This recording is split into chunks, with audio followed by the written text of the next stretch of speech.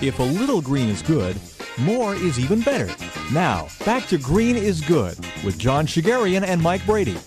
Welcome back to Green is Good, and we're so honored today to have my friend and great person, Armen Orujyan, on. He's really Dr. Armen Orujyan, who's the founder and chairman of the Board of Athgo Corporation, a U.S. nonprofit since 1999. I'm going to have Armen tell you about what Athgo is. Welcome to Green is Good, Armen Orujyan. Thank you, John. It's great to be on your show. It's a wonderful opportunity. Thanks for giving me this opportunity.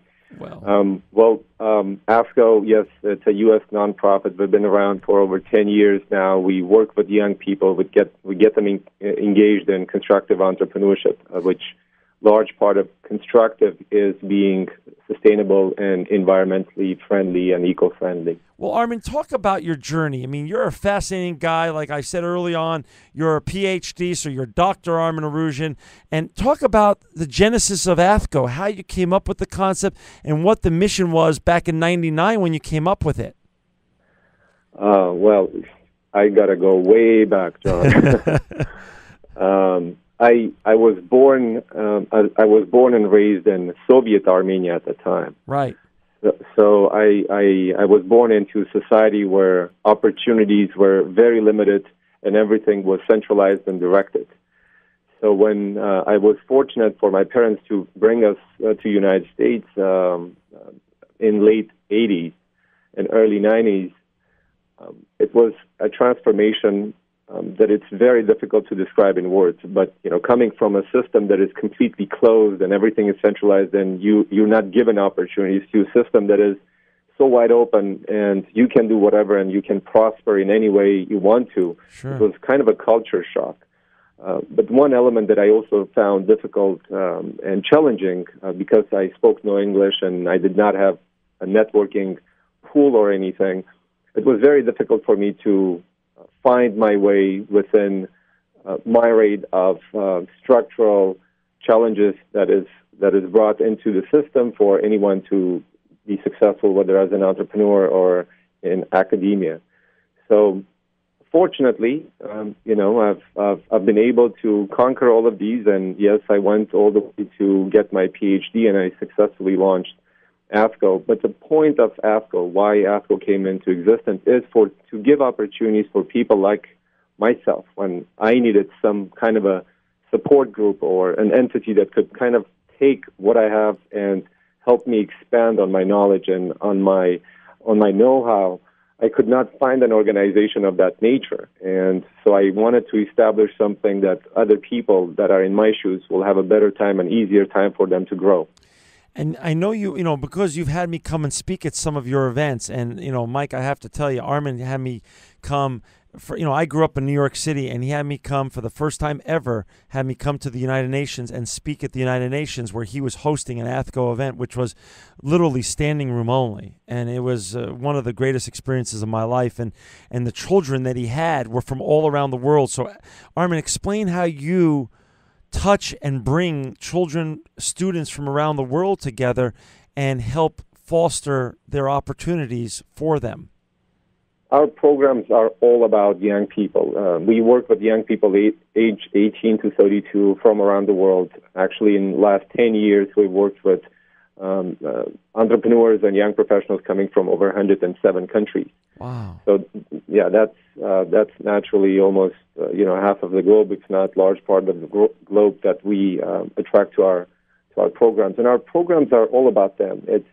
They're very interactive, very engaging. It gives opportunities to these young folks for them to, if they have innovative, creative ideas, for them to be able to utilize them in an environment where they can pull on tools and resources and enhance their chances for them to be successful. At the event that you were with us, and it was an honor to have you there at the UN headquarters, we had close to 400 young entrepreneurs from all around the world, and we put them into groups or teams, as we call them.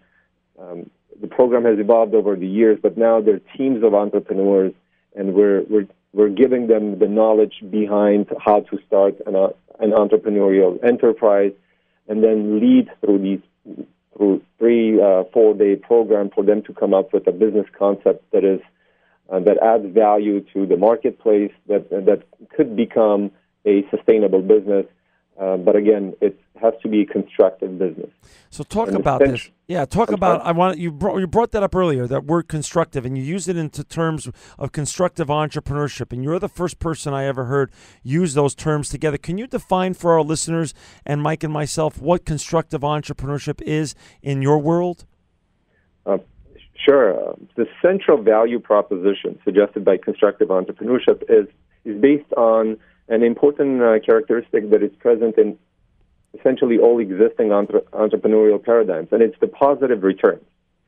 The distinction is in the nature of returns. Instead of seeking either only financial returns, let's say in classical entrepreneurship, or alternatively social and environmental returns, as it would be, let's say, in a nonprofit or an NGO, or even blended returns at the time of the payoffs, we are proposing an integrating business model at the outset.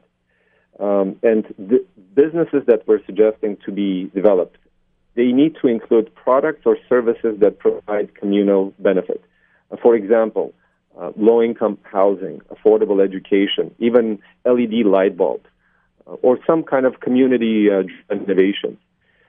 And on the other side of it is they can have a community-enriching organizational makeup, meaning something of predetermined percentage of workforce and or ownership will be comprised of underprivileged members of community. There could be people that are hired that are underemployed, or there could be former people that have been within correctional facilities and now they're having difficulties finding a job, finding an opportunity, so they're drawn into this. And the last element is these businesses have to be eco-effective to be considered constructive. Gotcha. And so talk about that a little bit. Can the interrelationship between green and entrepreneurship, and how does that get fostered through Athgo International? Well, what we try to do first is when it comes to the concept of constructive entrepreneurship, we look at it as a win-win situation for everyone. Traditionally, when we see how it's defined in the marketplace, some people or some entities believe if one is sustainable or environmentally friendly, then it hurts your bottom line. We're suggesting that is not the case, and we actually prove that is not the case. But our objective is to channel the energy and creativity of young people toward innovations that maximize financial as well as socioeconomic environmental returns.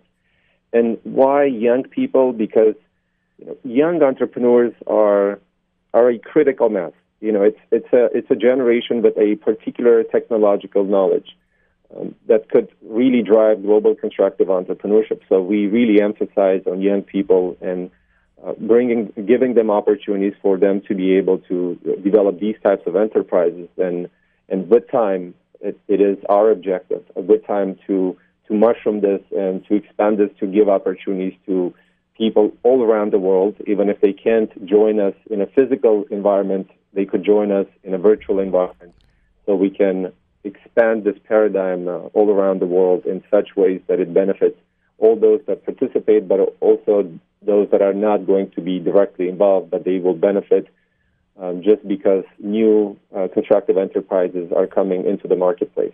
Well, let's talk about that. How do you propose? How many students have you affected and have been through your great Athgo programs since your inception in 1999? How many thousands of students? We 4,000 students have gone through our systems from a pool of 100,000 qualified applicants. And this actually was an interesting phenomenon. We host our forums, and we have a maximum number of, let's say, 300 students that we want to bring. 300. Sometimes we go above if we are hosting this in the UN at the UN headquarters. But generally, we like to cap them at 250, 300. Right. But we select them from a pool of 4,000 or 5,000 qualified applicants. Wow. So What's the selection process look like so our listeners can get a little bit of... And for those who just joined us, we're really honored today to have Dr. Armen Orujyan on with us. You can look at his great organization, Athgo International, at www.athgo.org. Armen, how do you choose 400 or 300 or 250 students out of a pool of 4,000 to 5,000? What's the criteria? It's tough.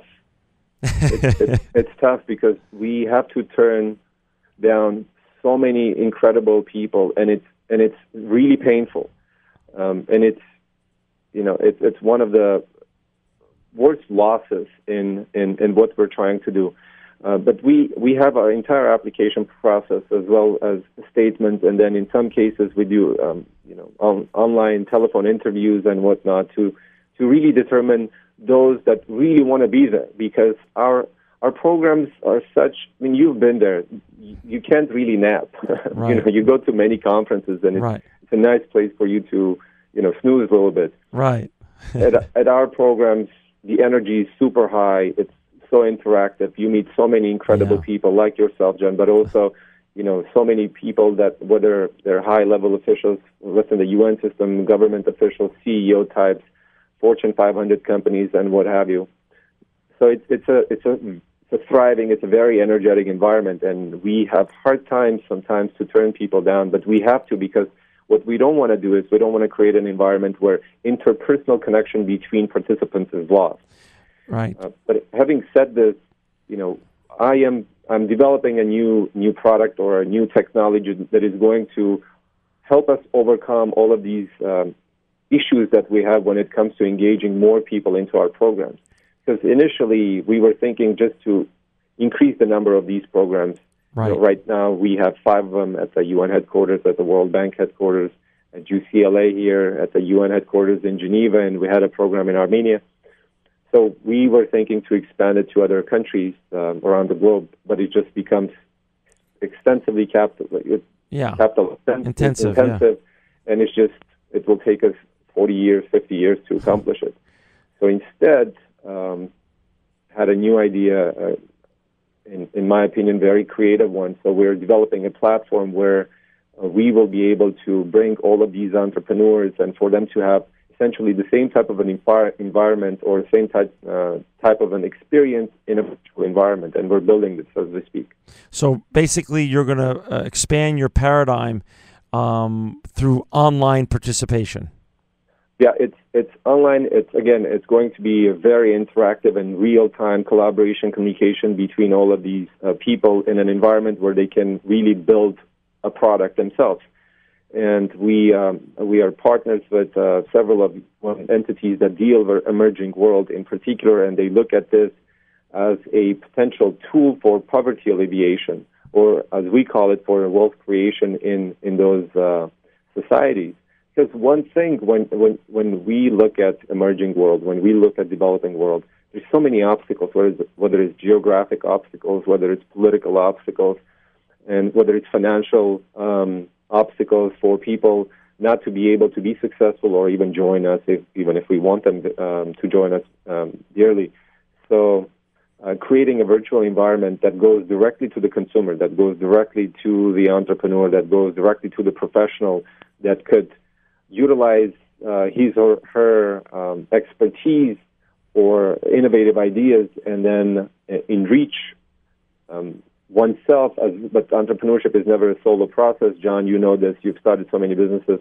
It's never a solo process. So you drive a lot of other people into this new enterprise that you're developing, thus creating opportunities for so many families. Well, Dr. So it goes to the heart of poverty issues when it comes to poverty alleviation. Dr. Orujyan, while you're creating a new paradigm here with the use of technology and the internet, is it safe to assume, though, that there will also be a screening and selection process, too, that you'll be able to reach more people, but again, it's going to be, while you're casting a broader net, you still won't be able to get everybody inside the tent. Is that, am I correct in assuming that? Mike, yes. There is a yes to your question, and there is a no to your question. And the no is not a negative no; it's a positive no too. Right. at all possible? Sure. Well, first, I want to say the following. Engaging young people as producers and consumers in their own economies adds a new and significant element to the economy in general. So our goal is not to be selective in the virtual environment, because once you give opportunities to the masses, they'll figure these things out. I mean, if you look at what has happened to the social networking industry and, anything else that had driven masses into one place, they will select and they will pick and choose what they want to do and how they want to do this. There is over 1.6 billion people around the world that are either unemployed or underemployed, and most of these people have an incredible talent or some kind of a skill set.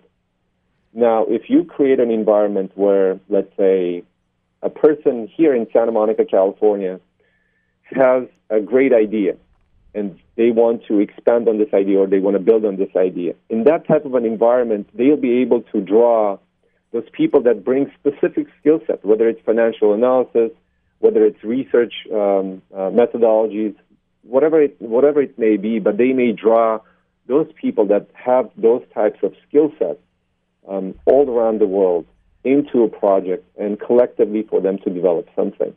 Now, for this, the selection is not going to be done by us. The selection will be done by the entrepreneurs, by the team members, by the organizers of those entrepreneurial initiatives. Got it. And Armen, talk about, you've touched so many young people who want to be entrepreneurs, who have gone through your program, and you've become an expert in this area over the last 11 years, besides yourself coming to this country and entrepreneurially getting yourself educated and learning the language and assimilating and enjoying the benefits of such a wide open society.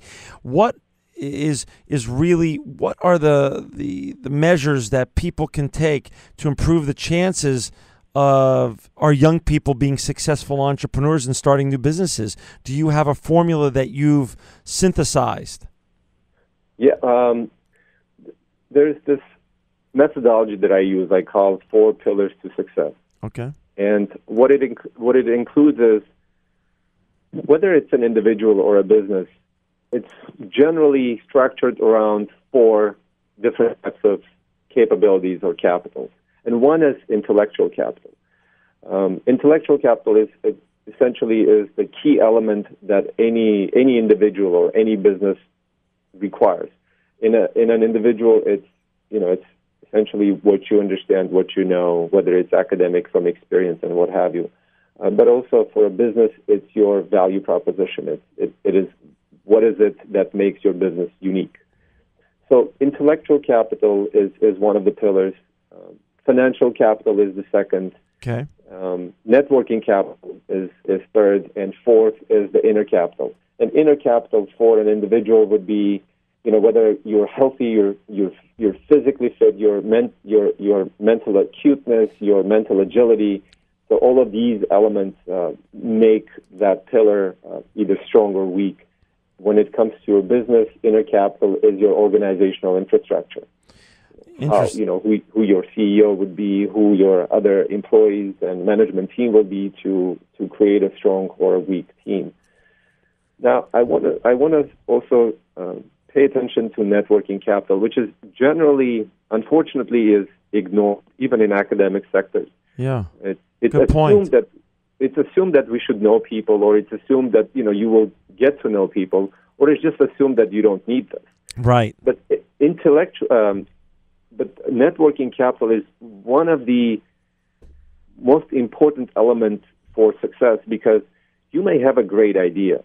If you don't know right people, and John, you're around the Silicon Valley, so you know what I'm talking about here. Right. Even if you have a great idea, but you don't have the right pool of people, you're not going to be able first to take this off ground, because you may not know specific elements that you would require, and you don't have the networking pool to bring in the expertise that you need for you to develop it further, or you may not have the pool for you to bring the finances, to bring all of the other elements. So networking capital is one of the essential elements, yet almost completely ignored within the academic sectors. So we pay very close attention to all of these pillars, but also networking as well, because we believe a coordination, a balance of these four pillars will make anyone successful. So you don't need to rely really on anything else if you really understand the core of these four pillars. Makes sense. If you understand how much you need to grow within the intellectual pillar for you to reach level of satisfaction towards the goal that you're going to accomplish. And it doesn't mean you need to be a Ph.D. or you need to be a rocket scientist. None of that. It depends really what you want to do in life.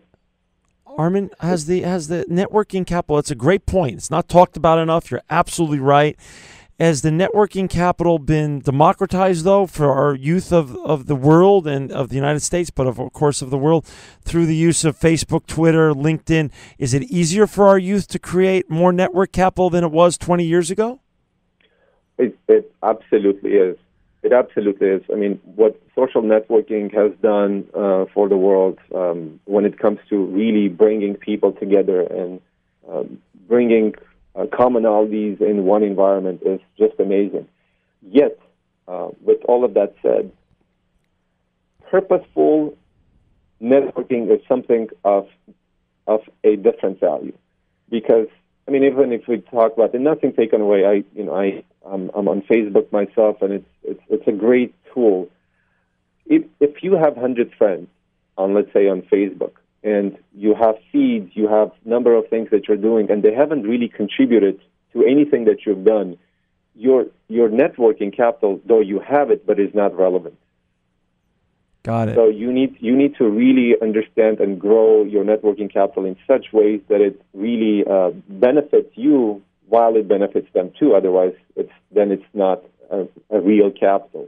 Got it. It has to go both ways. Armen, we're down to the last 3 minutes, and I want to ask a couple last important questions here before we have to sign off. First of all, how were you able, I mean, this is part of your brilliance, how are you able to take what was then a small and growing nonprofit, Athgo International, great organization, and integrate and get huge legacy organizations like the World Bank and the United Nations to support you and lend you and leverage their venues for your great meetings? How did that all happen? I know we're down to a small amount of time, but I just want our listeners to know you've associated yourself. You have networked, yourself in your organization with some of the greatest institutions in the world.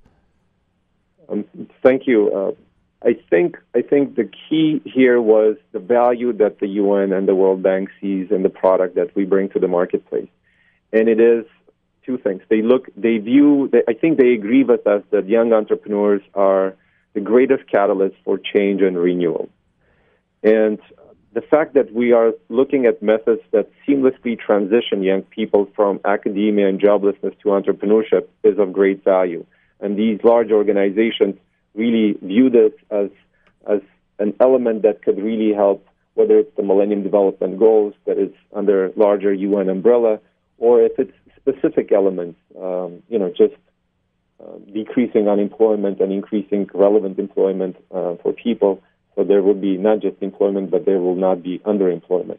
But those are, I think, some of the elements that really are attracted to the UN and the World Bank, and they have aligned with us in a number of our projects and programs, and we are privileged to have them as partners and as friends in our work with toward our mission. Armen, Mike, you're just such a brilliant guy and a wonderful guest, and we're down to the last minute and a half, and we're going to have you back again to share more about Athgo at a later date. But can you share right now in 2011 what the future plans for Athgo is in the last minute and a half or so?